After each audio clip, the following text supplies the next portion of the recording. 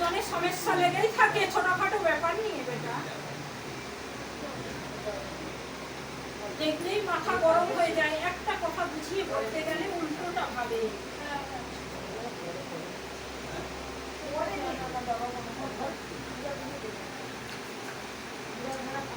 বেটি আগে তো এরকম ছিল না, হঠাৎ করে এরকম চেঞ্জ হয়ে গেছে। কেন হলো?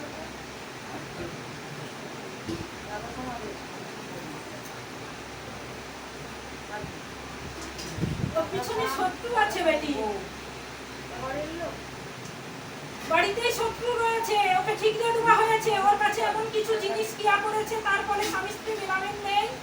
যে কোনো জিনিস নিয়ে সবসময় ঠাকুর মকর বাজে থাকে, কথা কাটাকাটি হয়, ঝুট ঝামেলায় ব্যস্ত থাকে, আর শরীর ভালো যায় না, মাথা গরম হয়ে যায়, খাওয়া দাওয়াও ঠিক মতন করতে পারে না, হাঁটা চলাফেরা করতে পারে না, স্বপ্নও দেখে।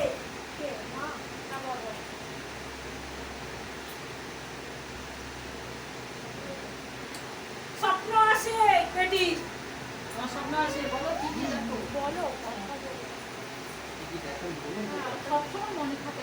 কখনো ঠাকুরের স্বপ্ন দেখছি, কোনো মন্দিরে গেছি, কখনো জলের স্বপ্ন দেখছি। যেটা দেখো সেটা বলো, বলো বাবা বলো।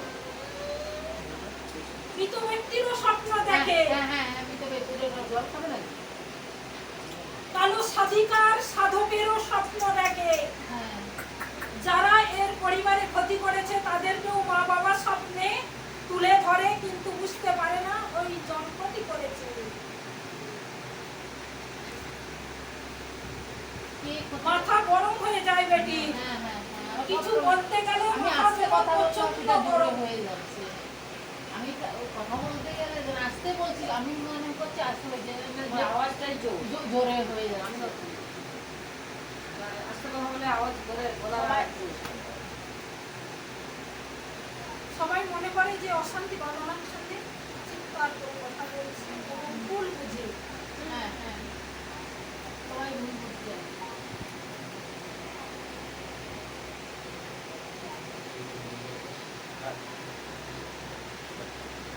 কিছু জিনিস কিন্তু জনের সঙ্গে খাবানা রয়েছে। আর স্বামীকে বেটা, আমার স্বামীকে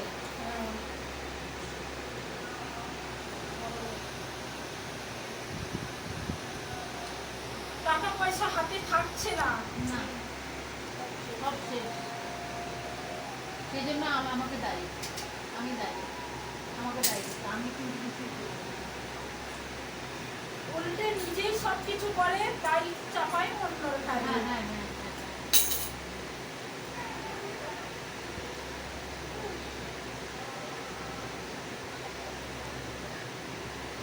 বাবাকে খুব ভালোবাসিস এবং লক্ষ্মী কিন্তু তোর সবাই রয়েছে, তবে কিন্তু এটি বাধা বিঘ্নের সামনে টাকা পয়সা ঠিকই হয় না এবং উল্টো পাল্টা জিনিসপত্র ঘরে রেখে রয়েছে। রোগ ব্যাধিতে ভুগিস এবং অন্য কষ্টর মতন কষ্ট এসে গেছে এখন।